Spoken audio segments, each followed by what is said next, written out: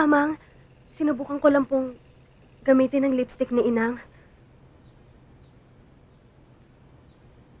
Dalagan-dalaga na ang anak ko. Meron akong biniling bagong bestida para sa'yo. Oh. Oy, sukat mo nga. Tingnan mo nga kung kakasya sa'yo.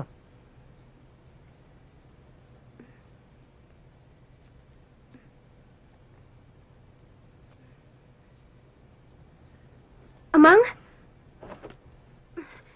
Hasmin! Anong ginagawa mo rito? Inang! Ang amang... Itong anak mo eh. Nahuli ko, naglalagay ng lipstick. Binubura ko nga, oh.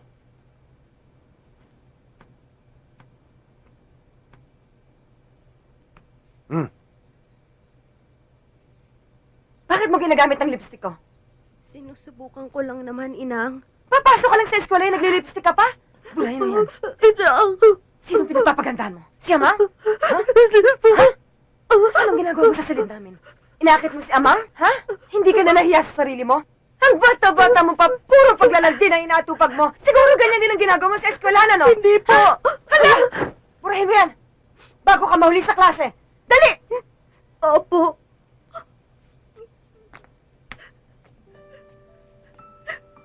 Talagang natakot ako para sa anak ko. Mula noon, di ko na iniwan si Floring na mag-isa sa bahay.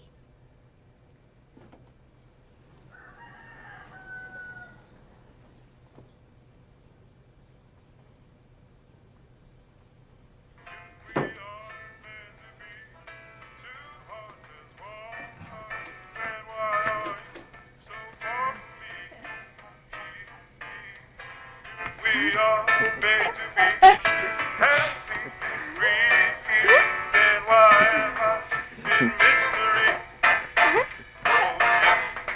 Can you tell me the first time we met? I'll always be yours. Bakit mo binato, radyo? Samahan mo ako sa palengke. Putragis na babae yun, oh.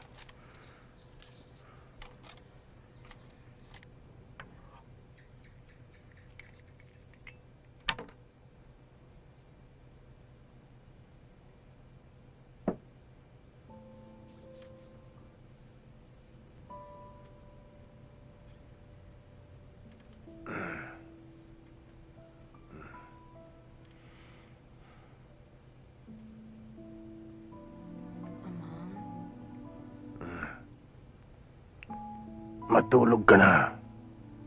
Gigising ka pa ng maaga bukas.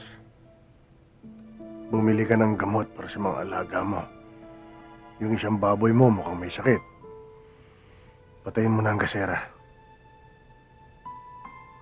Mabuti pa si Hasmin.